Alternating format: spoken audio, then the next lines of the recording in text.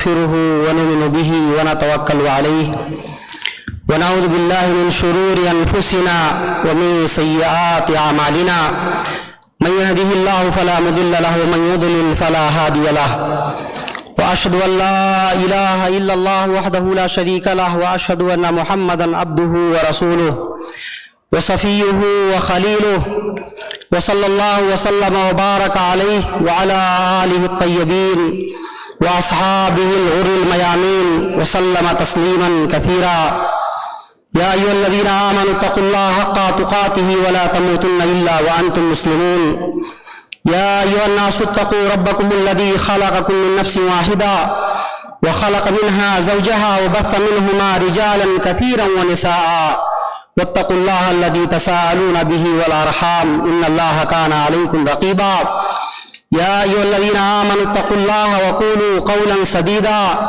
يصلح لكم أعمالكم ويغفر لكم ذنوبكم ومن يطع الله ورسوله فقد فاز فوزا عظيما أما بعد فإن خير الحديث كتاب الله وخير الهدي هدي محمد صلى الله عليه وسلم وشر الأمور محدثاتها وكل محدثة بدعة وكل بدعة ضلالة وكل ضلالة في النار.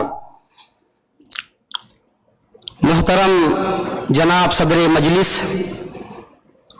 لائق صد احترام علماء، ڈاکٹرز، انجینئرز، رفاہی تنظیموں سے جڑے ہوئے ہمارے احباب، دیگر معزز مہمانان گرامی، آج کی اس پروگرام میں آپ تمامی کو خوش آمدید کہتے ہیں۔ اللہ رب العالمین سے دعا گو ہیں کہ الہ العالمین آج کے اس پروگرام کو کامیاب بنا دے، نفع بخش بنا دے۔ جس مقصد کے لیے ہم یہاں اکٹھا ہوئے ہیں، الہ العالمین اس کے نتائج کو، اس کے ثمرات کو تو لوگوں پر آیا اور بیاں کر دے۔ بسد خلوص و محبت سلام کرتے ہیں، بسد خلوص و محبت سلام کرتے ہیں، ہر اہل فضل کا ہم احترام کرتے ہیں۔ اور عربی کا ایک شعر ہے، لا مرحبا بالطیبین ولن حلا بل الف ترہیب والف حلن حلا ہادی الوجوہ المشرقات بشاشتا یعبا بها الترہیب حتی یجزلا ہم اکرمونی بالوفاء فاشرقت شمس الاخاء وبرده انجلا قولوا لمن آیته ظلمت لیلہ قم واقتبس من ملتقانا مشعلا قم والتمس من ملتقانا مشعلا۔ بہت بہت مبارکباد پیش کرتے ہیں آپ کی خدمت میں اور خوش آمدید کہتے ہیں۔ ہم آپ کے شکر گزار ہیں، جامع راجحی کے شکر گزار ہیں، مکتب دعویٰ صلحی کے شکر گزار ہیں، رابطہ کمیٹی اردو جالیات کے شکر گزار ہیں، فردن ہم آپ کے شکر گزار ہیں۔ پروگرام آپ کی خدمت میں یہاں سے انشاءاللہ آگے بڑھ رہا ہے، اور پروگرام کے آغاز کے لیے ہم برادرم سعد بکر کو آپ جامعۃ الامام سے تشریف لائے ہیں۔ اس شعر کے ساتھ دعوت دے رہا ہوں کہ قرآن کی تلاوت سے آغاز ہو محفل کا، قرآن کی تلاوت سے آغاز ہو محفل کا، اس نور سے پا جائیں ہم راستہ منزل کا، فلیتفضل مشکورا ماجورا۔ السلام علیکم ورحمۃ اللہ وبرکاتہ۔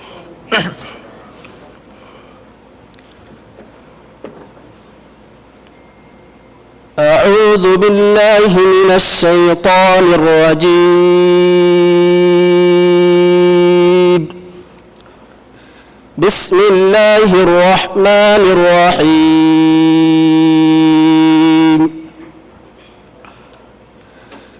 يا أيها الذين آمنوا اتقوا الله حق تقاته ولا تموتن إلا وأنتم مسلمون واعتصموا بحبل الله جميعا ولا تفرقوا واذكروا نعمة الله عليكم إذ كنتم أعداء فألف بين قلوبكم فأصبحتم بنعمته إخوانا وكنتم على شفا حفرة من النار فأنقذكم منها كذلك يبين الله لكم آياته لعلكم تهتدون. السلام علیکم. جزاکم اللہ خیرہ. اللہ تعالیٰ جزائے خیر دے. پروگرام کی نوعیت اور اس کے نکات آپ حضرات تک پہنچے ہیں اور 5 یہ اپنی نوعیت کا منفرد پروگرام ہے. 5 ملکوں سے ہمارے جو ہے مندوب کہہ لیں یا وہ زمینوں سے جڑے ہوئے لوگ اپنے ملک کے حالات و کوائف آپ کی خدمت میں پیش کریں گے. مسلمانوں کی سیاسی پوزیشن کیا ہے, تعلیمی پوزیشن کیا ہے, اقتصادی معاملہ ان کا کیا ہے, وہ سب آپ کی خدمت میں. لیکن 5 مضامین بھی 10 منٹ کے جو ہے منتخب کیے گئے ہیں, وہ بھی آپ کی خدمت میں پیش کیے جائیں گے. اس سلسلے کی پہلی کڑی شکران نعمت. اللہ تعالیٰ نے اس کے بارے میں قرآن مجید میں بہت ساری باتیں بیان کی ہیں, لیکن یہ کہا ہے کہ قلیل من عبادی الشکور, بہت کم ہیں جو شکر گزار ہیں. ڈھیر ساری نعمتوں کی زیر سایہ ہم زندگی گزار رہے ہیں. احساس کرنے والا احساس کر لے جاتا ہے, اور نہیں تو وہ سمجھتے ہیں کہ یہ گفٹ ہے رب کی طرف سے اور اس کا احساس نہیں ہوتا. لیکن ان نعمتوں کو اگر ہم شمار کرنا چاہیں, قسم اللہ شمار نہیں کر سکتے ہیں. موضوع کی وضاحت کے لیے میں برادرم شیخ ذاکر حفظہ اللہ و اللہ کو دعوت دیتا ہوں, اسٹیج پہ تشریف لائیں اور اپنے موضوع کی وضاحت فرمائیں. آپ کا وقت جو ہے 10 منٹ ہے. فلیتفضل مشکورا.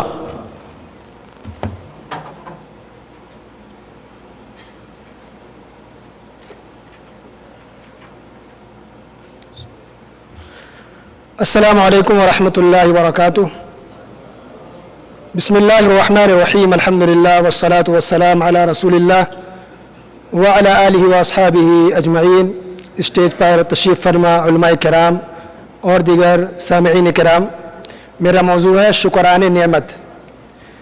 اللہ سبحانہ و تعالیٰ نے ہم تمام لوگوں کو بے شمار نعمتوں سے نوازا ہے. خود ہم اگر اپنے اندر جھانک کر کے دیکھیں تو ہمارے جسموں کے اندر بے شمار اللہ نے نعمتیں دی ہیں. خود ہمارا پیر اللہ کی طرف سے ایک بہت بڑی نعمت ہے, جس وجہ سے اپنے گھروں سے ہم چل کر کے اس مجلس میں حاضر ہوئے ہیں. اگر ہمارے پاس پیر نہیں ہوتا یا کٹا ہوتا یا ٹوٹا ہوتا تو اس مجلس میں حاضر نہیں ہو سکتے تھے. یہ ہمارے ہاتھ جس کے ذریعے ہم نے اس پروگرام کے اعلان کو دیکھا, یہ کان جس کے بارے ہم نے اعلان کو سنا, یہ آنکھ جس سے ہم نے اعلان کو دیکھا اور پھر ہم اس مجلس میں آئے ہیں. تو ہمارے جسم کا ایک ایک حصہ بڑا ہی قیمتی ہے. پوچھئے آنکھ کی نعمت اور قیمت ان سے جو اندھے ہیں, اور کڈنی کی قیمت جس کا فیل ہو چکا ہے, اور اسی طرح جسم کے دوسرے اعضاء جو خراب ہو چکے ہیں کہ لاکھوں روپے کروڑوں روپے خرچ کرنے کے باوجود بھی انسان کا وہ حصہ ٹھیک نہیں ہو پا رہا ہے. سبحان اللہ. اس کے علاوہ جسم کے علاوہ جو اللہ نے نعمتیں دی ہیں الگ الگ شکلوں میں, الگ الگ صورتوں میں, وہ بھی بے شمار ہیں. روزی روٹی کا مسئلہ کتنی بڑی بات ہے. ایک روٹی کی قیمت پوچھئے سیریا کے بچوں سے اور فلسطین کے معصوم خواتین اور مردوں اور عورتوں سے جو سوکھی روٹی کو ترس رہے ہیں. پوچھئے پانی کی قیمت, جن کے پاس پینے کے لیے گلاس پانی بھی نہیں ہے. سبحان اللہ. یعنی اگر ہم سوچیں تو ہم کو رونا آ جائے گا کہ ایک روٹی بھی اگر ہمیں مل رہی ہے تو اللہ کے سے بہت بڑی نعمت ہے. سبحان اللہ. تو بے شمار نعمتیں, ہمارے بیوی, ہمارے بچے, ہمارے ماں باپ, والدین, رشتہ دار, یہ فضا, یہ آسمان, یہ زمین جس کے نیچے ہم چل رہے ہیں, پھر رہے ہیں, زندگی گزار رہے ہیں, یہ بہت بڑی نعمت ہے. یہ سانس جو ہم لے پا رہے ہیں پل پل, اس کی قیمت کا اندازہ ہم سب نے لگایا ہے کورونا کے موقع پر جب انسان سانس نہیں لے پا رہا تھا. سبحان اللہ. تو ہاسپٹل میں جا کر کے لاکھوں روپے خرچ کر کے انسان آکسیجن لے رہا ہے, پھر بھی انسان کی زندگی بچ نہیں پائی, انسان وفات پا گیا. تو ایک سانس لینا بھی جو ہم لے پا رہے ہر لمحے, یہ اللہ کی بہت بڑی نعمت ہے. تو اس کا شکریہ ادا کرنا ضروری ہے. شکران نعمت یعنی اللہ تعالیٰ نے جو ہمیں نعمتیں دی ہے اس کا شکریہ ادا کیا ہے, اس کا اظہار کیا جائے. اللہ کی نعمت کا شکریہ ادا کرنا ہم تمام انسانوں پر فرض ہے. اور اللہ نے ہمیں بے شمار نعمتیں دی ہے جس کو ہم گن نہیں سکتے. اللہ سبحانہ و تعالیٰ نے سورہ ابراہیم آیت نمبر 34 کے اندر فرمایا وَآتَاكُم مِّن كُلِّ مَا سَأَلْتُمُوهُ کہ اللہ نے سب کچھ دیا جس کا تم نے سوال کیا, جو تم نے مانگا اللہ نے سب کچھ تم کو عطا کر دیا ہے. وَإِن تَعُدُّوا نِعْمَةَ اللَّهِ لَا تُحْصُوهَا اگر تم اللہ کی نعمتوں کو شمار کرنا چاہو, گننا چاہو تو گن ہی نہیں سکتے ہو. إِنَّ الْإِنسَانَ لَظَلُومٌ كَفَّارٌ کہ بے شک انسان بڑا ظالم اور بڑا ہی ناشکرا ہے, ناشکری کرتا ہے, ناشکری میں لگا رہتا ہے. انسان اللہ تعالیٰ کا شکریہ ادا نہیں کرتا. تو ہر انسان پر فرض ہے کہ وہ اللہ تعالیٰ کی نعمتوں کا شکریہ ادا کرے. کچھ نعمتیں ایسی ہیں جس کا شکریہ ادا کرنا فرض ہے ہم پر, اور کچھ نعمتیں ایسی ہیں جس کا شکریہ ادا کرنا پر مستحب ہے, کرنا چاہیے. اس لیے اللہ رب العالمین نے سورہ ابراہیم کے اندر آیت نمبر 7 میں ارشاد فرمایا وَإِذْ تَعَذَّنَ رَبُّكُمْ کہ اللہ رب العالمین نے یہ اعلان کر دیا صاف طور پر لَإِن شَكَرْتُمْ لَأَزِيدَنَّكُمْ اگر تم اللہ تعالیٰ کی نعمتوں کا شکریہ ادا کرو گے تو اللہ تعالیٰ نعمتوں میں اضافہ کرے گا اور بڑھا کر کے نعمتیں دے گا. وَلَئِن كَفَرْتُمْ إِنَّ عَذَابِي لَشَدِيدٌ لیکن اللہ کی نعمتوں کی ناقدری کرو گے, ناشکری کرو گے تو یاد رکھو کہ اللہ تعالیٰ کا عذاب بہت ہی سخت اور خطرناک اور دردناک ہے. اللہ اکبر. دین کے معاملے میں, دینداری کے معاملے میں ہمیں چاہیے کہ اپنے سے اوپر کے لوگوں کو دیکھیں تاکہ ہم اور دیندار بنیں. لیکن دنیا کے معاملے میں, روپیہ میں, پیسے میں, دولت میں ہمیں چاہیے کہ ہم اپنے سے نیچے کے لوگوں کو دیکھیں تاکہ ہم اللہ تعالیٰ کی ناشکری نہ کریں. نبی کریم صلی اللہ علیہ وسلم نے ارشاد فرمایا انظروا الی من ہوا اسفل منکم کہ تم میں سے جو تم سے نیچے ہیں اس کی طرف دیکھو. ولا تنظروا الی من ہوا فوقکم اور تم سے جو اوپر لوگ ہیں دولت میں, گھر میں, دنیا کی دوسری نعمتوں میں تو اپنے سے اوپر کے لوگوں کو نہ دیکھو. کیوں؟ فَإِنَّهُ أَجْدَرُ أَلَّا تَزْدَرُوا نِعْمَةَ اللَّهِ عَلَيْكُمْ کیونکہ دنیائی معاملات میں اگر تم اپنے سے اوپر کے لوگوں کو دیکھو گے تو ہو سکتا ہے کہ تم اللہ تعالیٰ کی نعمتوں کی ناشکری کر دو کہ اس کے پاس اتنا پیسہ ہے, ہمارے پاس تو کچھ بھی نہیں, اس کے پاس تو بنگلہ ہے, ہمارے پاس تو چھوٹا گھر ہے, وہ تو اچھے فلیٹ میں رہ رہا ہے, ہم تو کرائے کے گھر میں رہ رہے ہیں. نہیں, اپنے سے نیچے لوگوں کو دیکھو. اگر آپ کرائے کے گھر میں ہیں تو کروڑوں لوگ دنیا میں ایسے ہیں جس کے پاس کرایہ گھر میں میسر نہیں ہے. اگر آپ ٹوٹے پھوٹے گھر میں ہیں تو کروڑوں لوگ ایسے ہیں جو بے گھر ہیں, فٹ پاتھ کی زندگی گزار رہے ہیں. اللہ اکبر. بے شمار لوگ ایسے ہیں جو خیموں کے اندر زندگی گزار رہے ہیں, اور بے شمار لوگ ایسے ہیں جن کو رات میں اوڑھنے کے لیے کمبل بھی میسر نہیں ہے, اور کروڑوں لوگ ایسے ہیں جن کو کھانے کے لیے آج بھی سوکھی روٹی بھی میسر نہیں ہے.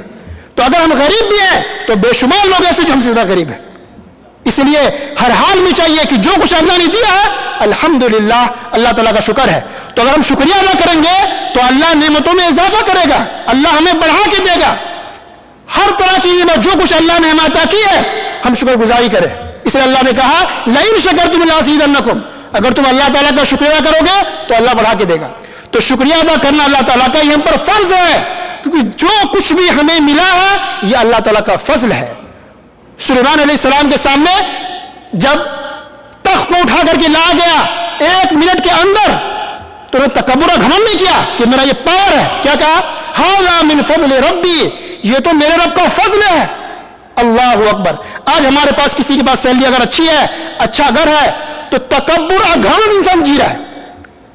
یہ آپ کا کمال نہیں ہے, یہ اللہ رب العالمین کا کمال ہے.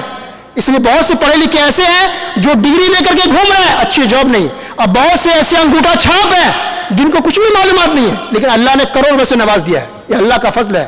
قارون کو جب اللہ نے دولت سے نوازا تو اس نے کیا کہا؟ سورہ قصص میں اللہ رب العالمین نے فرمایا قال انما اوتیته علی علم عندی, جو کچھ مجھے ملا ہے یہ میری صلاحیت کی بلبوتے پر ملا ہے.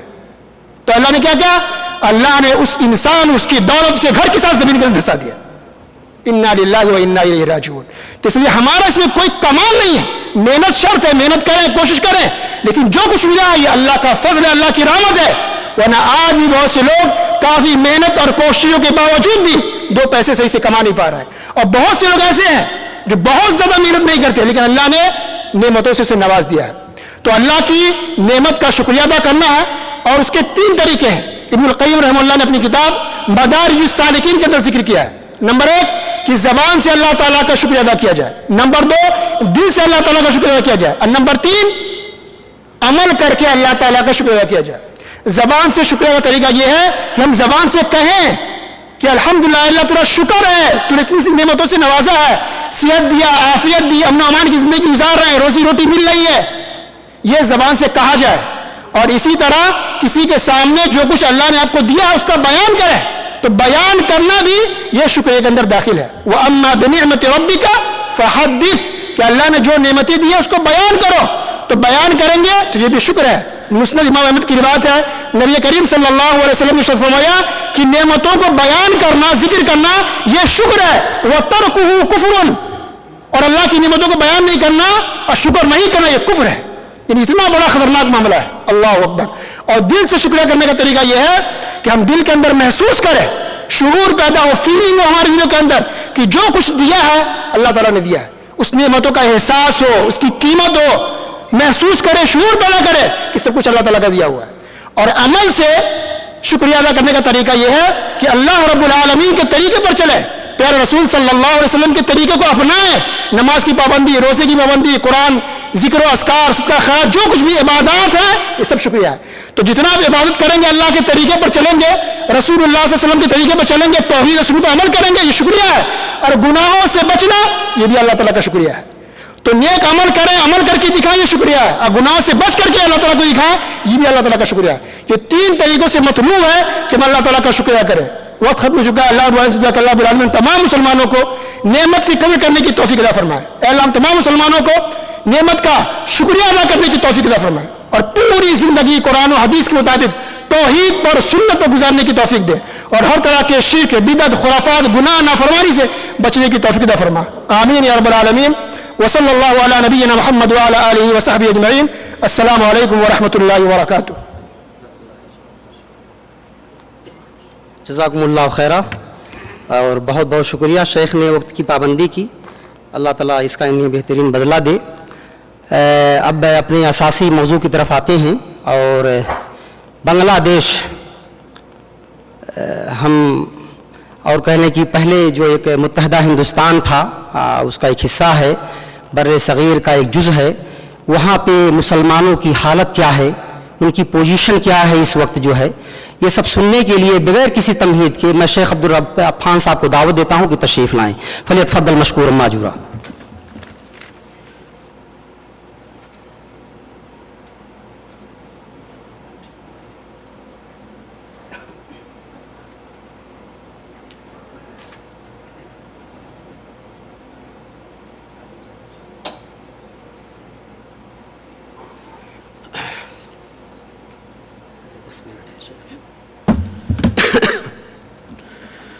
السلام علیکم ورحمۃ اللہ وبرکاتہ۔ الحمدللہ وحدہ والصلاۃ والسلام علی من لا نبی بعد، اما بعد۔ قال النبی صلی اللہ علیہ وسلم لا تزال طائفۃ من امتی ظاہرین علی الحق لا یضرهم من خذلهم حتی یأتی امر اللہ، فی روایہ ہم کذالک، رواہ مسلم۔ محترم صدر مجلس اور سامعین حضرات، ماشاءاللہ اللہ کی تعریف اور شکر کے بعد ہم تعریف کرتے ہیں راجی مسجد اور صلاحی جالیات سینٹر کا، جو ہم کو اس موقع کا فراہم کر دیا۔ تو آپ لوگ اس سے پہلے سن چکے جو ہمارا کیا موضوع ہے، تو میں موضوع کی طرف بغیر تمہید کے بڑھ رہا ہوں، جو بنگلہ دیش میں مسلمانوں کے حالات۔ تو اصل میں یہ موضوع 2 حصہ کا تقاضا ہے، ایک تو بنگلہ دیش کی تعریف، اور دوسرا حصہ بنگلہ دیش کے مسلمانوں کے حالات۔ تو آئیے بنگلہ دیش کی تعریف میں مختصر ایک کہوں گا۔